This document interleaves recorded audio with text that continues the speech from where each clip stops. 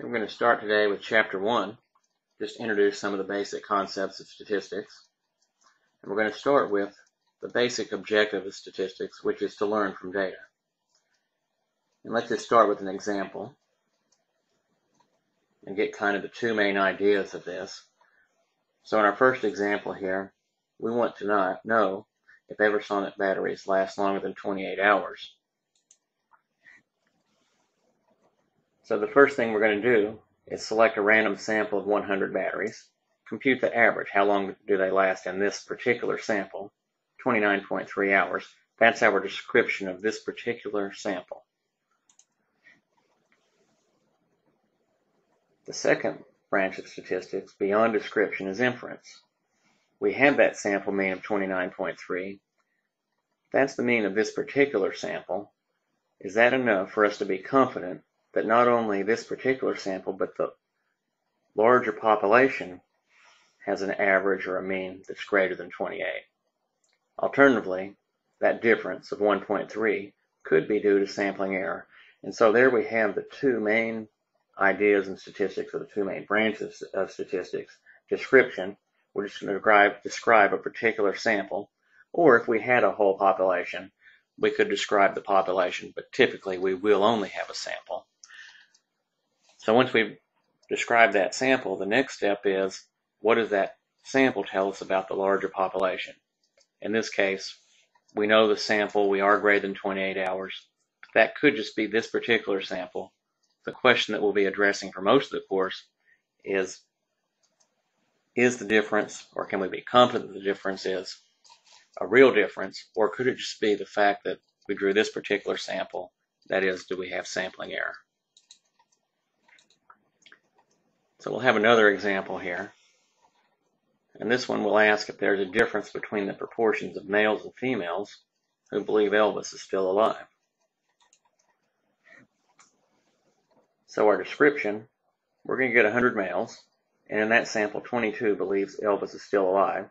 That's a sample proportion of 0.22, which would be the same thing as a sample percentage of 22%, but we'll typically use proportions rather than percentages.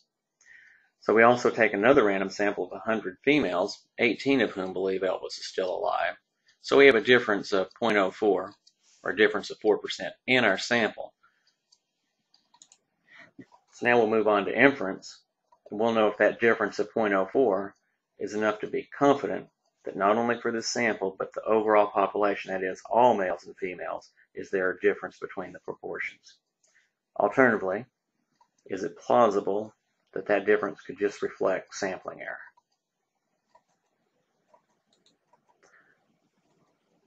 Another thing we want to focus on in the first chapter is getting just some of the ideas, the language of statistics. I can't overstress how important this is. When we get later in the course, we're going to have a lot of problems where you have to know this, it's implicit in the problem, and it's going to affect what kind of analysis you do and how you set up hypotheses, how you collect data, how you analyze the data. So you need to spend whatever amount of time you have to make sure you really have these concepts in. So first we're going to start with an element, which is just that unit from which you collect data. It could be an individual person, could be some item, an object, could be a time period. The variable then is really the information you're collecting from each element, and it's a property that has different values for each element, or could have different values for each element. And then the value is just a specific level of a variable for a particular element. Population, all elements of interest. A parameter. This is just a summary measure based on a population. So we might compute the average value for the population. And then the sample is a subset of a population. Like in the previous problems, we had 100 males and 100 females, or 100 randomly selected batteries. And a statistic is some summary measure that describes the sample data. Here it is in a diagram. we have the larger population, which is associated with a population parameter. In this case, you'll see the symbol mu. That's just the average for a population. A subset of that is the sample, and we have a sample statistic, x bar, which is the mean of a sample, or the symbol which represents a mean for a sample. So we'll use that x bar, that mean of the sample, to describe the sample, and also to try and make an inference about that mu, the population mean. Of course, you can see element here. That's just individual items in the sample and in the population. In this particular instance, we have some items that are in the population that weren't included in the sample, and some items that were in the sample. And we're going to select those items and use them to make some inference about all of the items, the population of items or elements in the population.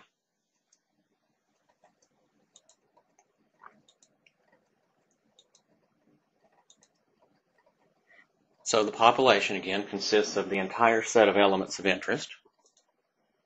The sample then consists of some subset of that entire set of elements, a subset of the population.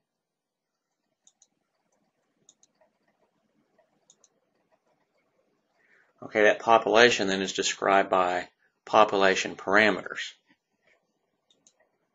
The sample is described by sample statistics. And we usually don't have the population parameters because it's uncommon for us to have access to the whole population of elements.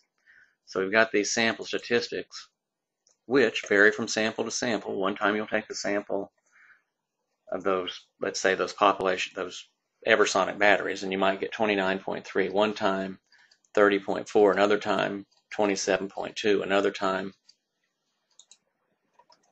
But anyway, we'll use those sample statistics to estimate and test hypotheses about the population parameters, which are constant and usually unknown. Another distinction we'll make is the distinction between quantitative and qualitative variables. A quantitative variable is just a numerical variable, and it measures the amount of some characteristic possessed by an element or subject. So here's just some examples. The number of problems on a statistics exam, the length of time needed to finish a statistics exam, and the score on a statistics exam. Again, all of those are the amount, how many problems, how long did it take, how high did you score on the test, what's your specific score. We'll come back and put this in the context of what we talked about a minute ago. When we have a quantitative variable from our sample, the sample statistics will be the sample mean, that's just the average, and the sample standard deviation, which we'll designate as S. We'll get a little bit more into the standard deviation in the next chapter, but it's just a measure of how spread out the data are. You might as well go ahead and get that idea in. And once we have those statistics, the sample mean and the sample standard deviation, we're going to use them to estimate and test hypotheses about population parameters. In this case, the average for the whole population, which we'll designate as mu, and the standard deviation for the whole population, which we'll designate as sigma.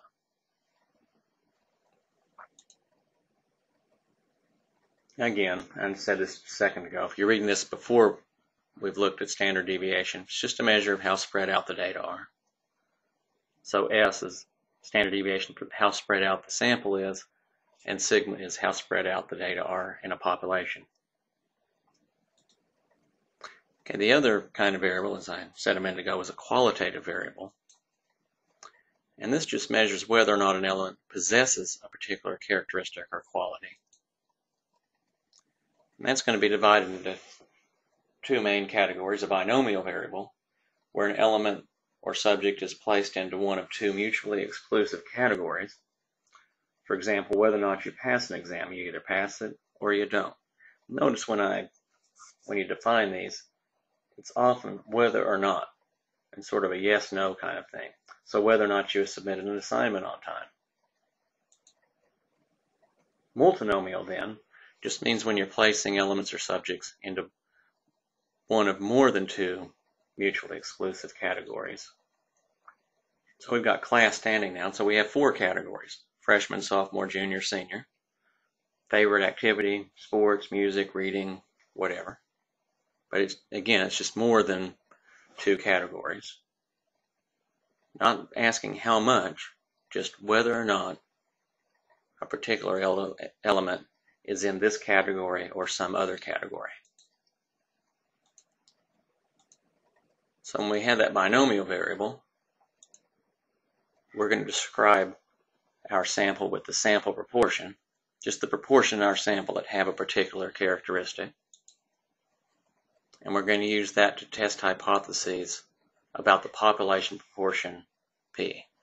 So if we were looking at whether or not someone passed the statistics exam, and we had a sample of 50, and 10 of those, let's say 45 of those passed, then in our sample proportion we would have 0.9, which is the same as 90% who passed the test. And then we would use that to estimate or test a hypothesis about how many in the entire population, where we might define that population as everyone who takes that test in a particular semester or even over a particular year or 5-year period. The correlation coefficient is another kind of statistic and parameter. And basically, we're just going to look at an index. It's going to vary between -1 and 1. And it's going to tell us the degree to which two quantitative variables are related in a linear fashion. For the sample correlation, we're going to call that R. So from our sample data, we compute a statistic R. And then the population correlation coefficient is rho, which sort of looks like a P, but a little slanted there. And so here we have an example of a correlation coefficient of 0.96, which is pretty close to 1, which would be a perfect positive correlation. But you can see here, we've drawn a line to describe the data, and everything's not exactly on the point, but they're pretty close. Okay, if you get close to -1, that also means that you have a strong relationship. In this case, it's just if X goes up, Y goes down, for example. And you can see here, the points are all pretty close to the line. It's just that, unlike the previous example, the slope of the line is negative and we're moving down. If you get close to 0, then you probably don't have a linear relationship, or if you do, it's a pretty weak one. And you can see in this case that the points are not very close to the line, and that the line is pretty close to horizontal. In other words, a slope of 0. And here's just a table that summarizes the type of variables that are related to the parameters and statistics that we'll cover in this class, or at least most of the parameters and statistics we'll cover in this class. So for a qualitative variable, we have the parameter population proportion P, and sample proportion for a statistic is P hat. For a quantitative variable, the parameter is the population mean, mu, and the statistic is the sample mean, x bar. And if you had two quantitative variables, the population correlation, the parameter, is rho, and the statistic corresponding to that is the sample correlation, R. We will cover parameters and statistics other than these, but they're all going to be related to these in one way or another.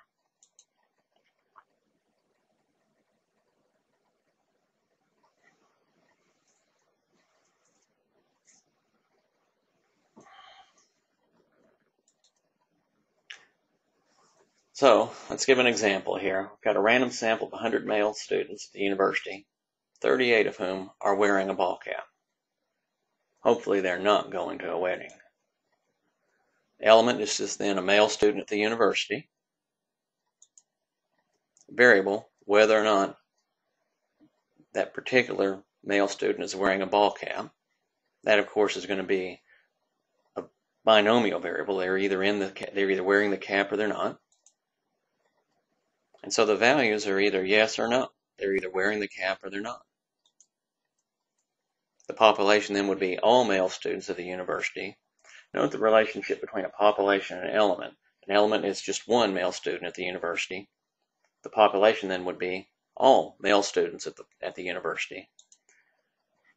And for a binomial variable, the parameter is just the population proportion P.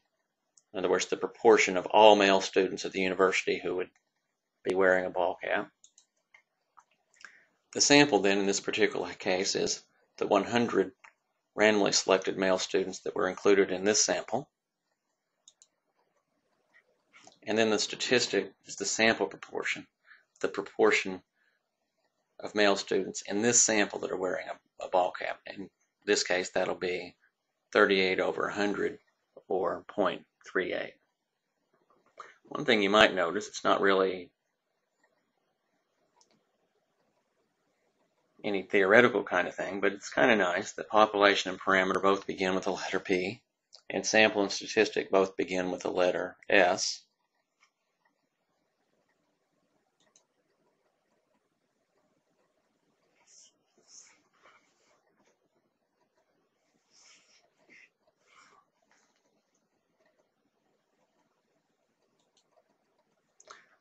So another example here, we've got a random sample of 20 15-minute time periods. So the element in this case is just going to be a 15-minute time period.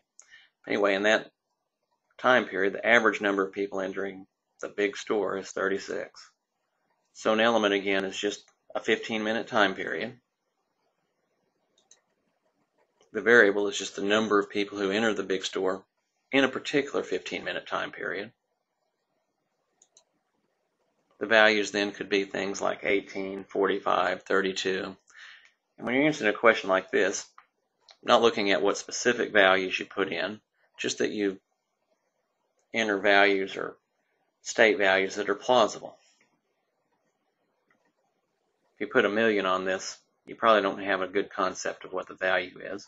Or if you put yes or no, we're not asking whether or not a particular person enters the store. It's how many, a quantitative variable, enter in a 15-minute period. Then the population, again, would be all 15-minute time periods. Again, compare this to the element, a single 15-minute time period, and then all 15-minute time periods. The parameter will be the population mean, mu.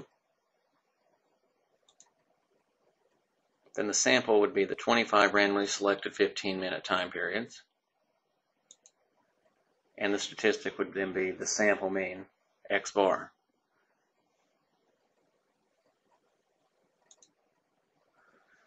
Another thing we're going to kind of get into here, and this really is something that's not only going to be important here, but for much of the class, certainly the last half or more of the class, probably about the last 60 or 70% of the class, it's going to involve formulating and testing hypotheses. We're going to go ahead and get a start with that right now. So the first thing we're going to do is formulate a hypothesis about the population parameter. The second thing, collect sample data and compute sample statistics. And then finally, we're going to evaluate the difference between the hypothesized parameter and the observed sample statistic. If you think back to the examples at the very beginning of this slide, and at the very beginning of the chapter 1 in the text, this is exactly the same kind of thing. We've moved from description to inference. Now we want to know, can we be confident the difference reflects a true difference, or could the difference simply reflect sampling error? So here's an example. We'll just follow on with the random sample of 100 male students at the university, 38 of whom wear a ball cap. Can we be confident that the population proportion is greater than 1/3? At least theoretically, what we should have done was formulate the research hypothesis first. That is, before we collect any data.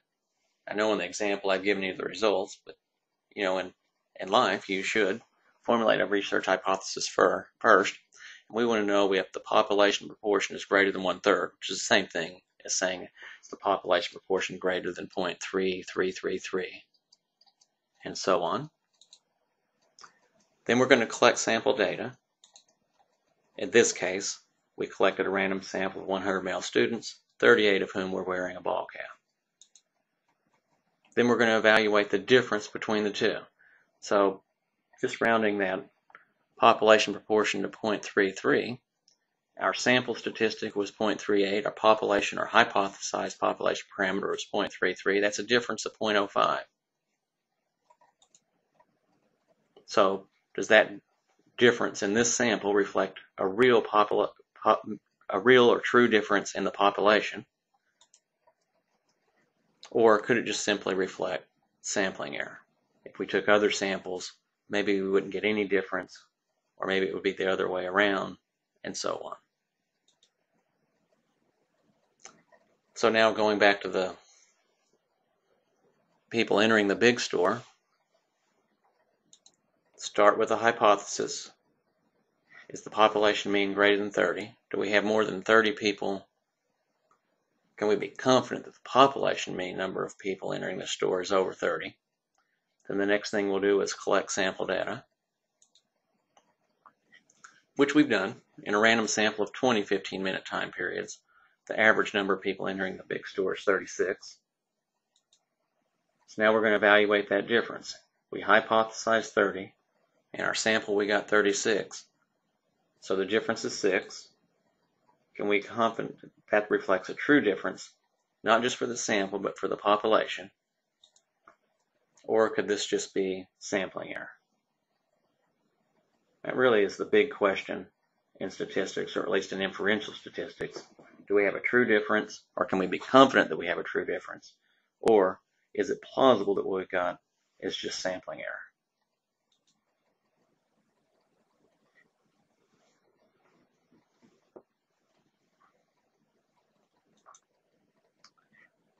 So let's get another example. In this case, we have 15 X cars, and average cost for repairs after a 10-mile-per-hour collision was $228. And in another separate example of 15 Y cars, the average cost was $204. So now we want to know, and this would be what leads to our hypothesis, is the population mean higher, the population mean cost for the repairs, higher for X cars than for Y cars? So this will be a little bit different. Our hypothesis now is the population mean for group A. I could have put mu X there. We will typically just, no matter what they call them in the problem, refer to the two groups as A and B. Well, anyway, we know if the population mean for one group is greater than the population mean for the other. That's our hypothesis. Then we're going to collect sample data, which we did. We have samples from each group, and we have the repair costs for average repair costs in each of those groups. That's just a repeat of what we had up above. Now we're going to evaluate that difference. The difference was $24 between the two cars. Is that just because of these particular cars, or would that hold for the entire population? Again, the same questions come up.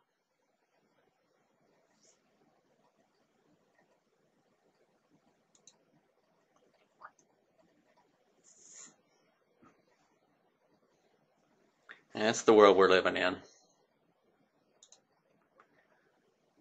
So now we have a random sample of 15 cars, and the correlation in this particular sample between safety ratings and fuel efficiency is minus 0.67. So we want to know if that's enough to be confident that there is a linear correlation between safety ratings and fuel efficiency.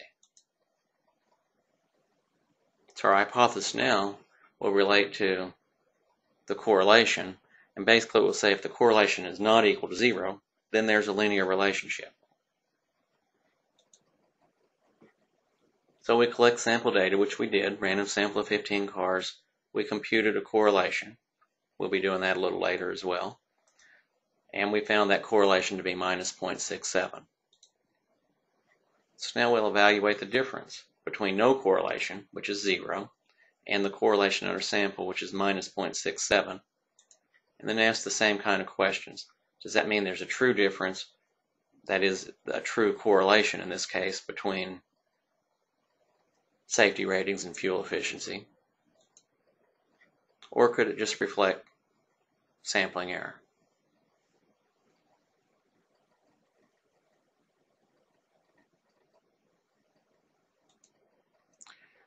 Now we'll just move to some broader issues, things that sort of underlie what we'll be doing this semester. And the first we'll look at is what I'll call statistical thinking. And some of the things that relate to the difference between random variation and effect variation. Random variation is what I've been calling sampling error, and effect variation is basically the difference between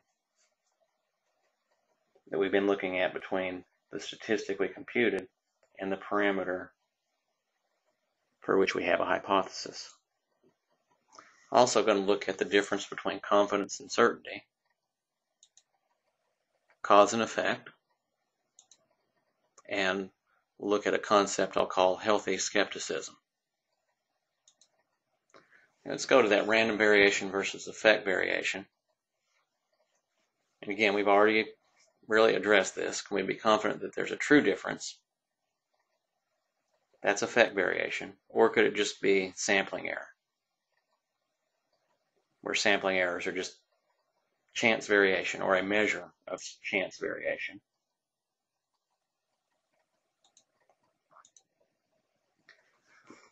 One thing you need to kind of keep in mind is that statistical methods lead to probabilistic statements that establish confidence but not certainty. There may be some things in life that are certain, like death and taxes, but you really don't need statistics to establish the truth or veracity of those relationships. But for just about everything else, even things in the hard sciences, you can only say that particular results are very unlikely to occur by chance alone. We might be confident in something, but not certain. That's where statistics enters the picture, especially the inferential statistics.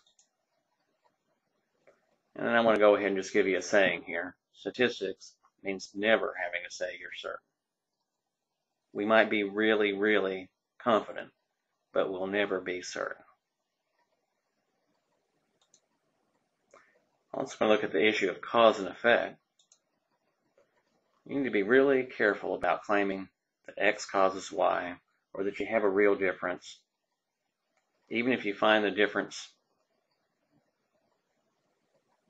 as in terms of statistics, that's not going to mean that X causes Y. So I'm going to give you an example here. We got that correlation of minus 0.67 and between car safety ratings and fuel efficiency.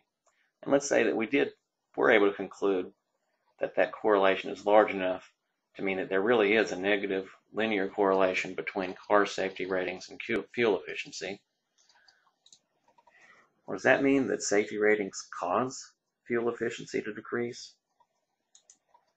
Probably not. My guess is that there's another variable, probably, or at least maybe, the size of the car that increases both vehicle safety and reduces fuel efficiency.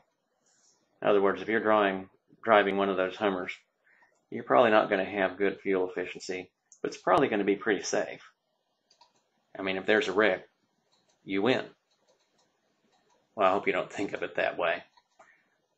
So anyway, in this case, there's an association between vehicle safety and fuel efficiency, but that doesn't mean that one of those causes the other. In this case, more likely that something else is really affecting or causing both of them. Okay, here are the requirements for establishing that you have a cause and effect relationship. Of course, there must be an association. X must come before Y, if you want to know if there's a causal explanation. And then non-spuriousness, which just means that only X and not other variables could have led to Y. So back to our example, could we conclude that safety ratings is the only thing that could have led to increased fuel efficiency? Again, probably not. So let's get to what it does take to establish a cause and effect relationship. First of all, the gold standard is a carefully controlled and planned experiment that is replicated, or at least can be. Then statistical control. That means we can look at other variables that might have an effect especially if we have a non-experimental study, we can control for other variables. What I'll call triangulation, that means that you don't just have one study, but a variety of studies using a variety of methods, and if they all support the same cause and effect explanation, you can gain more confidence in concluding that there really is that kind of relationship. And then finally, do you have a good theory? And do the results of your study confirm or at least support the hypotheses that you had based on your theory? Finally, I'm going to look at the issue of what I'll call healthy skepticism. So we want to make, hopefully, intelligent decisions. That's one of the purposes of the class. At the same time, you need to be at least skeptical to some point. We're in the computer age, and anybody can generate graphs and numbers. And you may have, if you watch the news, you'll see both sides of an argument reporting graphs, numbers to support their position. Here's just some references.